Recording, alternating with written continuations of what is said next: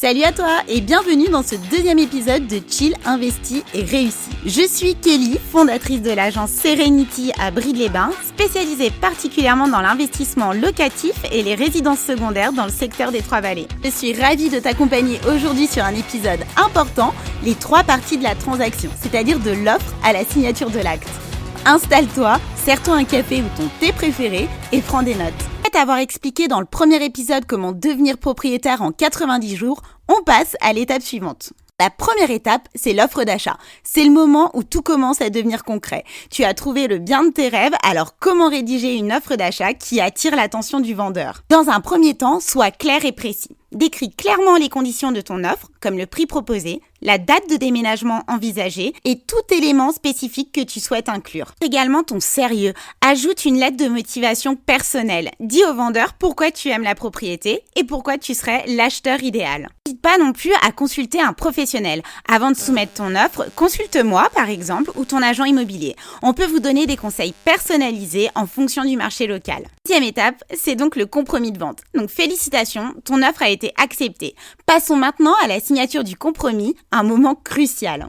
Alors, on va reprendre les points clés du compromis de vente. Donc tout d'abord, on y précise les parties, c'est-à-dire le ou les vendeurs et toi, l'acquéreur. On reprend ton état civil avec ton nom, tes prénoms, ton adresse, ta situation maritale, ta profession et ensuite la désignation du bien, c'est-à-dire donc le descriptif juridique du bien que tu achètes.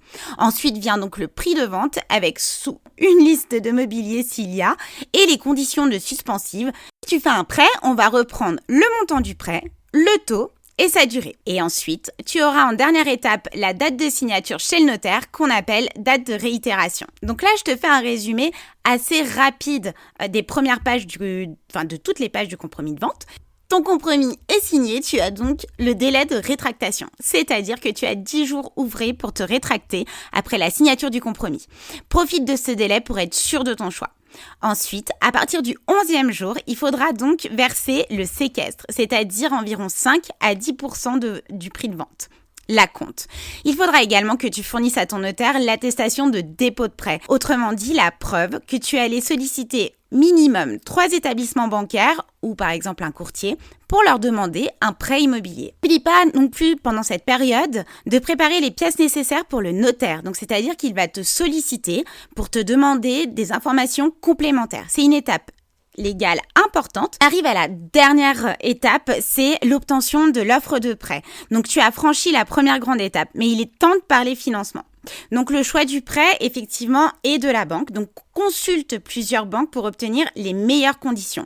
On peut t'aider à choisir celle qui correspond le mieux à tes besoins. Donc que ce soit ton agent immobilier, même ton banquier, mais n'hésite pas à aller voir, à solliciter d'autres établissements bancaires. La banque a 45 jours minimum pour te présenter ou non des offres de prêt. Et on va recommencer le délai de rétractation. Tu vas avoir 11 jours. Une fois que l'offre de prêt reçue, tu as donc 11 jours pour l'accepter ou la refuser.